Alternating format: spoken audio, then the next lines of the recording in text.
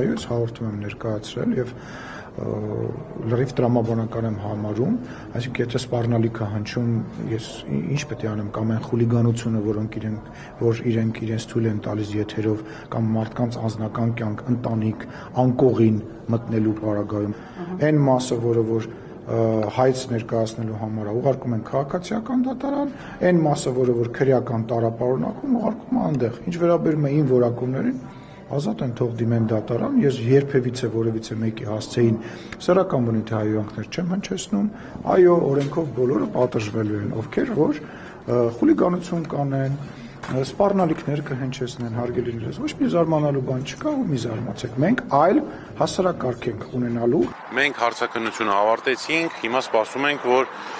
քննչականը դատարան ներկայացնի կալանքի վերաբերյալ միջնորդություն։ Հիմա կսպասենք, հենց միջնորդությունը կներկայացնեն, արդեն կալանավորման հարցի շուրջ քննությունը դատարանում կլինի։ Նույն Ալեն Սիմոնյանը շատ վատ արտահայտվեց տղաների նկատմամբ, հետաքրքիր է որ քննչական օրինակ այդտեղ չի տեսել հանցակազմ։